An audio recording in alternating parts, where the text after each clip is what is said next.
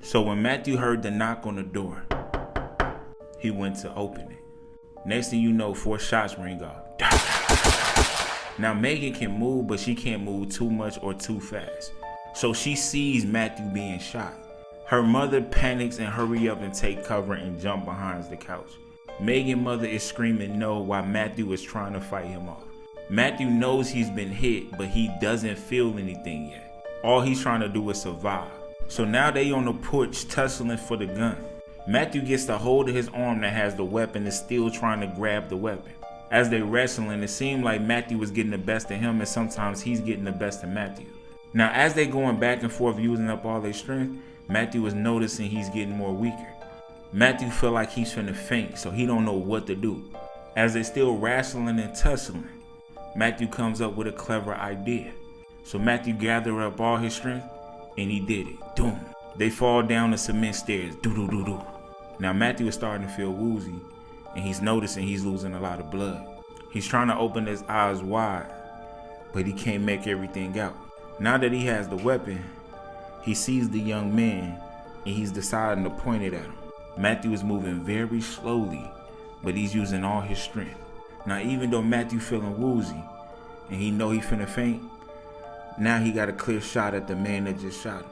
Matthew know it's over with for him, but he still want to save Megan. So he puts his finger on the trigger, takes a deep breath, and holds it. As he put his finger on his trigger, he heard somebody jump out of a car and say, "Hey." Matthew looks over. Matthew sees a young man pointing a weapon at him, and Matthew turns his attention to him, and both of them got the firing at each other. Matthew hit the young man in the chest and in the head. That young man automatically falls to the ground. But Matthew also got hit in the chest 3 times. Tears rolling down his face. He says, "Sorry, Megan." Points the weapon back at the young man that shot him the first time and shoots twice. The 2 guys that was with both of the young men jumped out the car and left the car there. All I heard was sirens, so they didn't want to risk it. Megan's mother is still behind the couch, freaking out. And Megan is in complete shock. Now Megan is thinking to herself, how the heck did she know that somebody was trying to take her life? All the dreams she had really meant something. At this moment, she knew that God was sending her warning before destruction. And now she feels bad because Matthew has to suffer.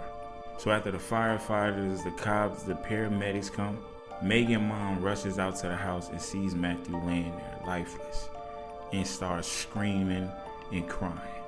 No. She grabbing Matthew saying, "Baby, please wake up. Baby, please wake up. Matthew, please wake up." Matthew, eyes wide open, and you can tell he was crying. It hurt her more to know that he was crying on his last moments, probably because he was scared.